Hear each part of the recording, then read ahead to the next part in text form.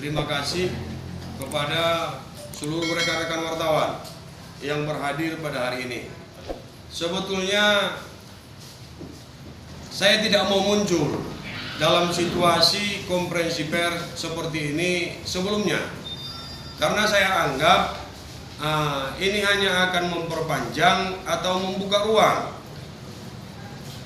atas situasi yang dituduhkan menurut saya kepada saya, yaitu kejadian persisnya di tanggal 18 yang lewat hari Selasa malam Rabu, bahwa saya menghadiri sebagai pribadi dan keluarga saya acara ulang tahun saudara Rehana, yang dimana pada hari Seninnya Rehana datang ke posko di belakang meminta tolong kepada saya supaya saya menghadiri acara pesta beliau.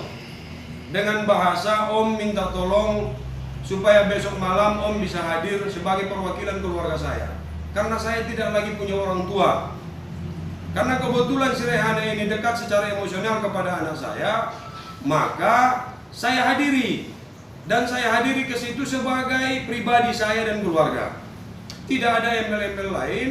Dan setelah saya sampai di situ, tidak ada acara apapun yang saya ikuti. Karena yang saya tanya dia, bentuk acaranya apa? Dia bilang bentuk upacara ulang tahun keluarga biasa dan kawan-kawan. Jadi tidak ada schedule, tidak ada rangkaian acara yang dia paparkan atau yang disampaikan kepada saya, dan saya tidak melihat rundown acaranya. Karena dia bilang hanya acara ulang tahun biasa. Terus saya sampai di situ, tidak ada saya lihat satu orang pun orang yang berpakaian aneh atau yang bersikap aneh. Apakah karena saya datang terlalu awal, ataukah karena umpamanya ada pun di situ orang yang tidak berpakaian semestinya ke belakang atau tidak ketemu dengan saya tidak tahu.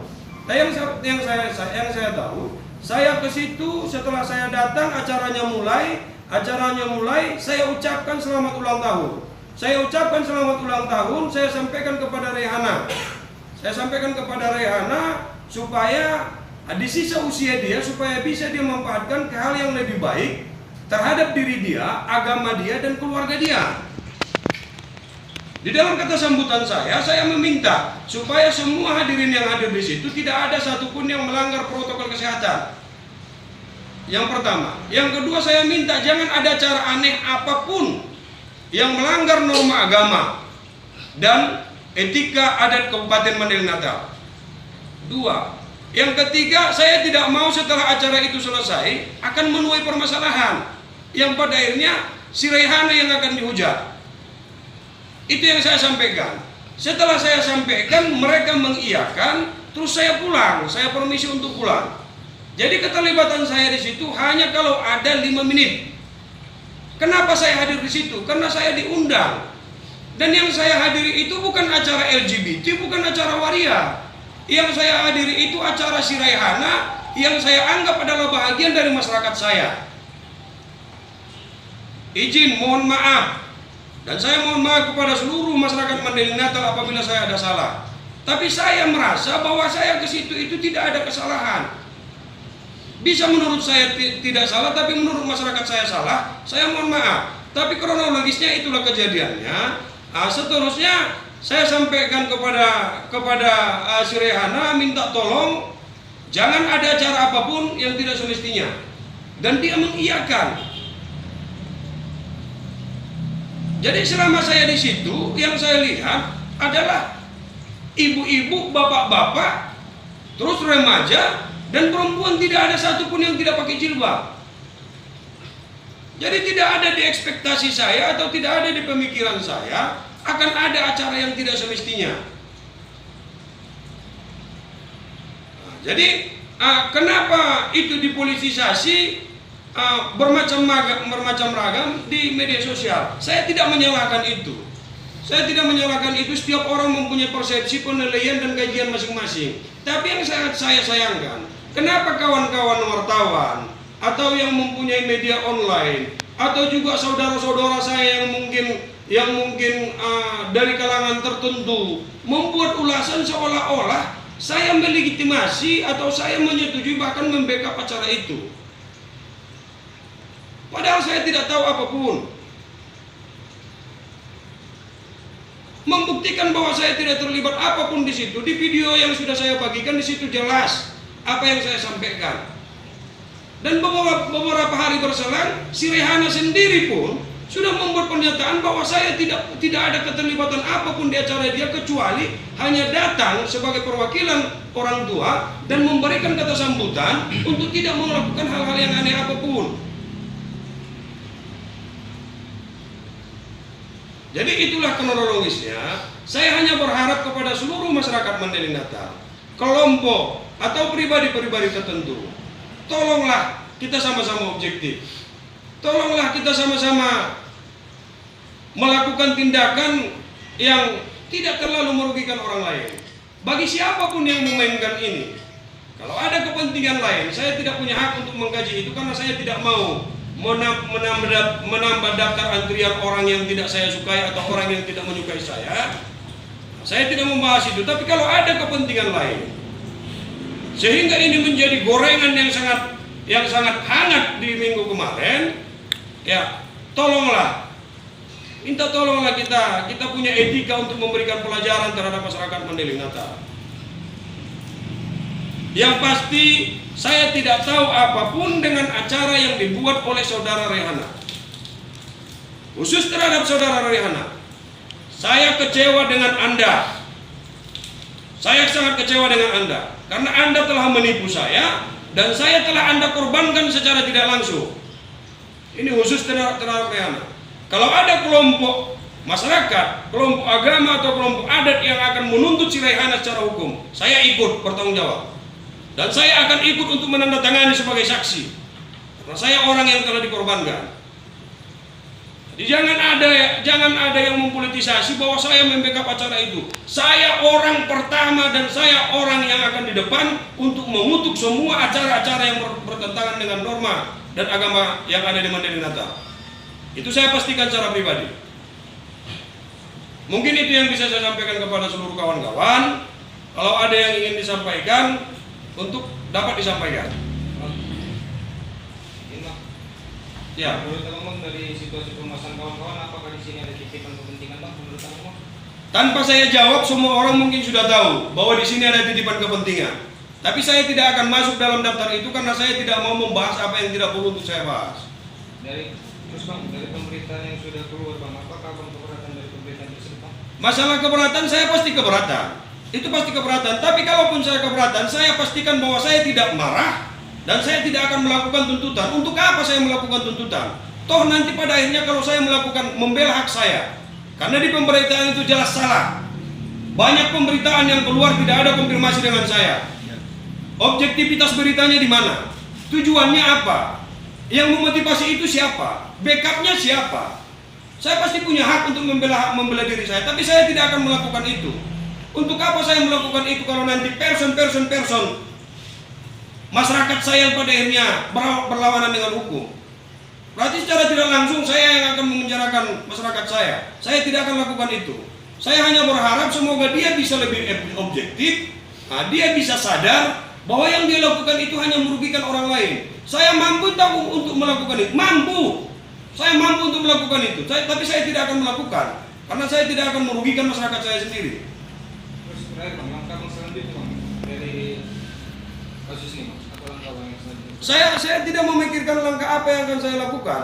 Saya hanya melakukan konferensi pers pada hari ini. Harapan saya, siapapun kelompoknya, pribadi, kelompok, atau golongan tertentu yang membuat ini menjadi hangat dan seolah-olah saya terlibat bahkan membackup atau menikmati acara itu, tolonglah Anda pakai nurani dan pikiran Anda. Janganlah terlalu mengangkat kelompok tertentu lalu terlalu memijak kelompok yang lainnya. Tidak boleh itu terjadi. Kapan lagi kita akan mengajari masyarakat kita berpolitik yang baik? Kapan lagi kita akan mempertontonkan ke masyarakat kita situasi yang mengajari? Kok harus kita unggulkan? Kok harus kita tonjolkan iri, dengki, munafik atau ketidakfairan dalam memainkan permainan? Kalau memang ingin jadi pemain, ya timbullah sebagai pemain. Kalau saya hanya berharap kepada siapapun yang terlibat dalam situasi pemberitaan itu, minta tolong koreksi berita Anda sebelum mengeluarkan. Saya tidak ada keterlibatan apapun dengan acara yang tidak semestinya yang dilakukan oleh si Raihana tim. Dengan semuanya, kalau ada tuntutan atau kalau ada kebutuhan kelompok, saya ikut untuk menuntut. Saya jamin, saya nomor 1 yang akan menandatangani untuk menuntut si Raihana. Karena saya sudah dibohongi dan saya sudah dikorbankan.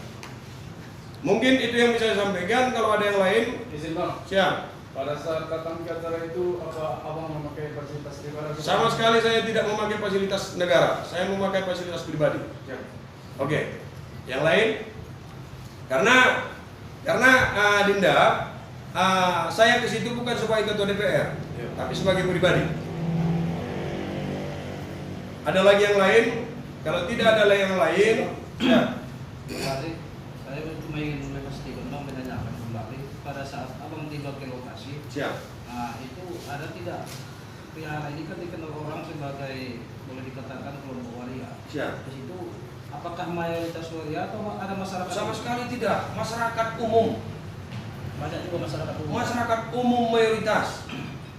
Mayoritas masyarakat umum. Kenapa saya bilang masyarakat umum? Karena kan saya tidak melihat satu persatu. Yang saya lihat secara umum, tidak ada di situ tingkah yang aneh, pakaian yang aneh, atau situasi yang aneh. Tapi begitu saya sampai ya, kalau saya keluar lalu masuk lagi kelompok yang lain, saya tidak tahu. Yang jelas saya sudah himbau jangan ada yang melakukan hal aneh, yang melanggar norma agama dan tatanan adat Mandailing Natal. Jadi kalau ada saudara saya dari pakar pendidikan menyampaikan semestinya saya harus bersikap arif, tidak mendukung, aduh salah, itu salah betul, salah total kepada siapapun, kepada saudara-saudara saya, baik dia dari kelompok manapun, tolong objektif. Intinya jangan kelompok siapapun jangan merasa bahwa cuma Anda yang bisa. Jangan pancing untuk orang juga untuk melakukan kebisaan. Karena apapun alasannya saya akan tetap tolerantif, akan tetap menahan diri saya untuk tidak terpancing untuk melakukan balasan, apalagi reaksi tindakan dalam situasi ini. Karena saya tidak ingin lebih banyak masyarakat saya yang akan terugikan. Tapi bukan berarti saya tidak bisa melakukan. Tolong kita saling menjaga. Jadi jangan kita bercerita tentang Mandailing Natal atau masyarakat yang banyak, tapi kelakuan kita betul-betul hanya untuk kepentingan pribadi atau kelompok tertentu. Saya hanya berharap itu. Terima kasih kepada semua kawan-kawan media. Apakah menurut Ketua Saudara Raihana cukup dengan minta maaf? Kalau di awal saya hanya meminta beliau untuk meminta maaf. Tapi minta maafnya minta maaf yang tulus. Tapi ternyata setelah 1 hari dia minta maaf, ada lagi keluar video yang memang saya ke situ untuk memanusiakan dia. Tapi setelah saya lihat video susulan dia yang isinya viral enggak gitu. Viral enggak dengan gaya bancinya, berarti memang dia tidak siap dimanusiakan. Saya menginginkan dia banci, jangan membancikan diri.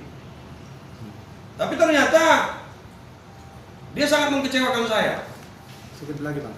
Berarti dari paparan ketua tadi tentang itu, ketua di situ sekian menit, Ya. Setelah itu pulang, berarti artinya apa yang terjadi pada waktu malam itu ketua sendiri tidak tahu dan sudah tidak berada di TKP. Itu yang memastikan. Saya jawab supaya jangan liar. Ya. Saya bersumpah demi Tuhan saya, Allah Subhanahu wa taala, bahwa saya tidak tahu sama sekali apapun materi acara mereka setelah saya pulang. Ini demi Allah. Supaya jangan jadi liar, jangan nanti perspektif masing-masing. Mungkin itu yang bisa saya sampaikan. Kalau ada lagi silakan, kalau tidak lagi terima kasih. Terima kasih kepada semua kawan-kawan. Mudah-mudahan ini bisa menjadi jawaban terhadap seluruh masyarakat dan mudah-mudahan ini menjadi solusi. Tidak ada lagi perdebatan yang harus kita perdebatkan. Kalau saya punya salah, saya mohon maaf kepada seluruhnya. Mungkin itu yang bisa saya sampaikan. Terima kasih. Assalamualaikum warahmatullahi wabarakatuh.